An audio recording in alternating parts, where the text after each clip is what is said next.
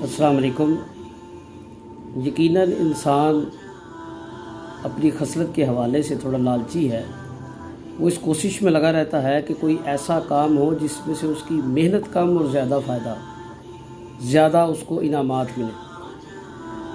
नबी रहमत सल्लल्लाहु अलैहि वसल्लम ने कुछ ऐसी दुआएं भी सिखाई हैं जो नहायत जामे मुख्तसर हैं, लेकिन उनमें बहुत ज़्यादा चीज़ों का अल्लाह की बारगाह में सवाल किया गया है।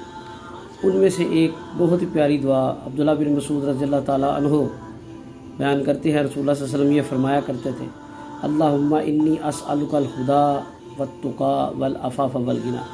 ऐ अल्लाह, मैं आपसे हदायत का सवाल करता हूँ, तकवा का सवाल करता हूँ, पाक दामनी का सवाल करता हूँ और दिल के गिना का, दिल को गनी बना देने का सवाल करता हूँ। तो अगर आप आफ़ियत, असमत, माल दौलत चाहते हैं तो इस दुआ को ज़िंदगी का हिस्सा बनाएं।